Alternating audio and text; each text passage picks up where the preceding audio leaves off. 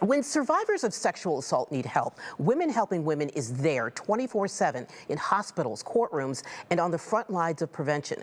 As April marks Sexual Assault Awareness Month, we are speaking with Women Helping Women CEO Kristin Shrimplin about the organization's life-changing work and how we can all support survivors. And Kristin, thanks so much for being here. Thanks for having me. Very important topic. And April is Sexual Assault Awareness Month. Women Helping Women plays a vital role, we know that, in the community. You all have been around for a long time. Could you share a specific story or maybe an example that highlights the impact of your organization and the impact that it has on individuals and really the community? Well, as you said, we've been around a long time. So the agency was launched in 1973, so we're 51 years old. And trying to do our best to show up as a community-based agency and to anticipate wherever survivors show up, we want to show up. And we want to walk that path with them. And when we talk about impact, that's one of the things we are most proud of. Last year, in 2024 in March, we were able to expand our sexual assault services 24/7 in Claremont County.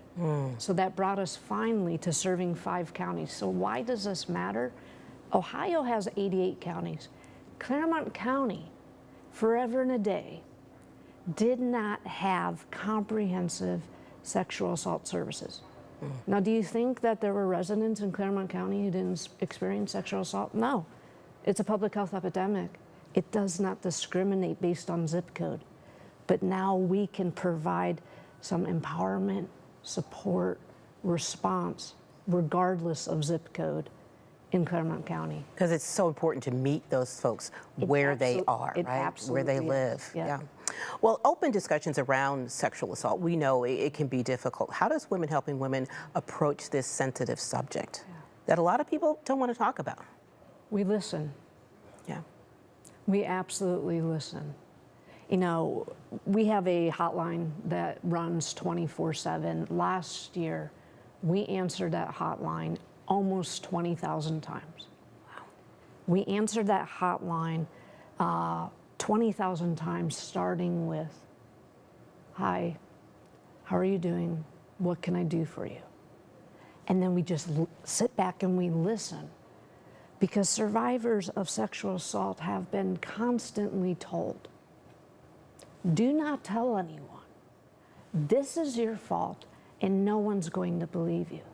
So yes, it is a sensitive topic, but we have to stand up, as do friends, colleagues, coworkers, neighbors, policymakers, funders, the media, and say, you know what, we're going to listen to your stories too.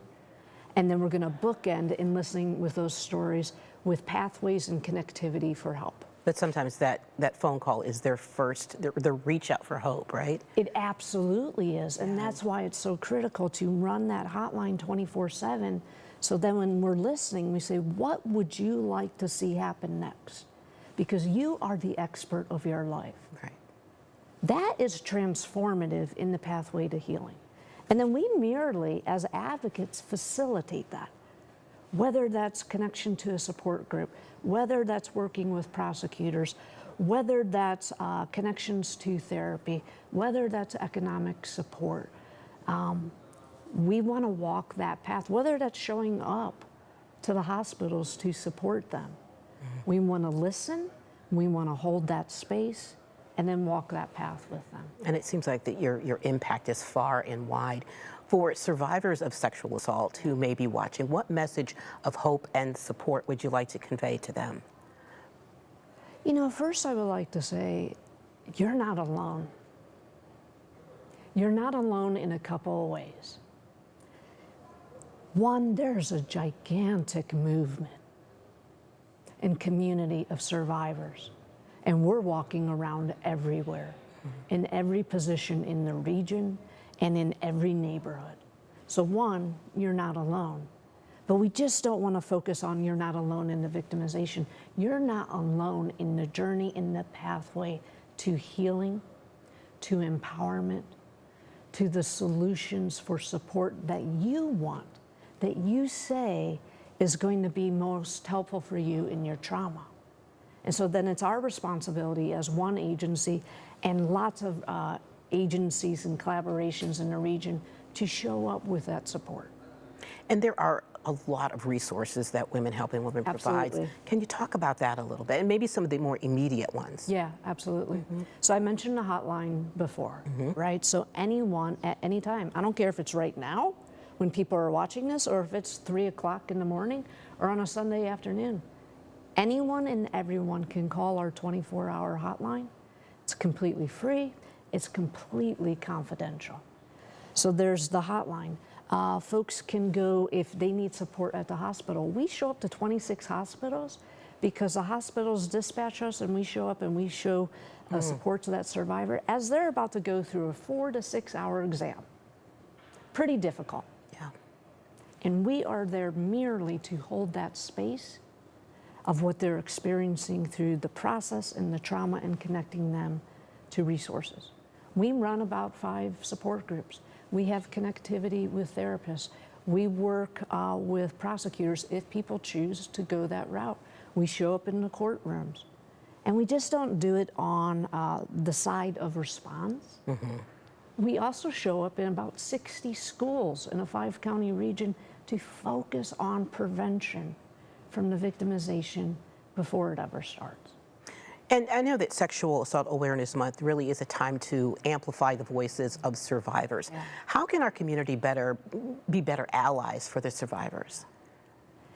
You know, I'm going to lift up a call to action that may seem too simplistic, but it's the most powerful call to action.